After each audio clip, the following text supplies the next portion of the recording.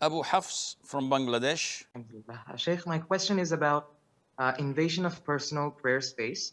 So sometimes people come from the front, trying to pass by the sides of a person, making up missed congregational rak'ahs.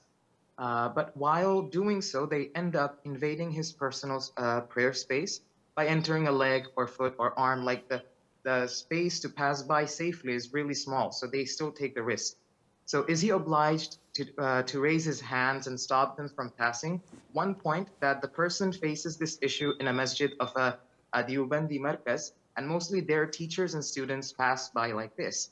And also they are usually intolerant to opinions that are not part of the Hanafi madhab. Jazakallahu khairan, Shaykh.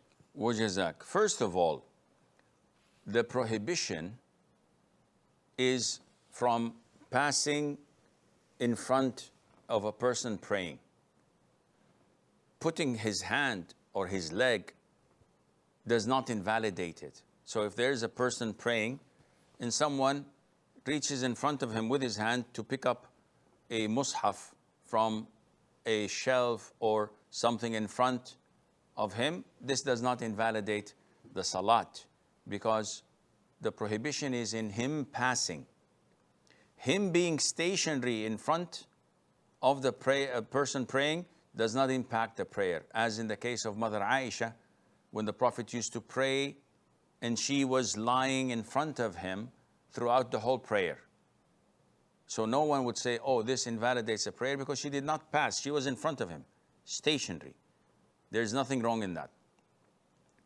Secondly, if you're making up for missed rak'ahs, the moment the Imam gives salam, you stand up, you move forward a step or two or three, no problem, until you reach someone who's sitting and you're so close to him that would prevent people from invading your personal space when praying. Or you walk to a pillar or to a wall, providing it's a step or two. So usually when you do this, you block people from doing that, and Allah knows best. As for the fact that they're Deobandi or they are intolerant, the hell with them. I'm following the Sunnah. Who cares what they think? The Prophet ordered me, ﷺ, to stop who wants to invade and walk through. And if he doesn't stop, I should push him and fight him. So this is from the Sunnah, because he's the one who's transgressing, not me. I'm just following what the Prophet taught, ﷺ. And one has to use wisdom and see the consequences of his action, because sometimes you have to lose a battle in order to win the war. With such ignorant people, it's highly advised not to pray in their masjids. Go and put yourself with people who follow the Sunnah, the way of the Prophet ﷺ, who love the Prophet ﷺ and worship Allah through following him, not through blindly following their scholars and their maulanas who teach them against the Sunnah of the Prophet ﷺ with corrupt aqidah. This is what you should do. And if you can't find such a place, make such a place. You and a person or two or three from the community to start a nucleus of people following the Sunnah. Don't bow down and submit to innovation and to such people who do not follow the Sunnah and want you to be submissive to whatever they say.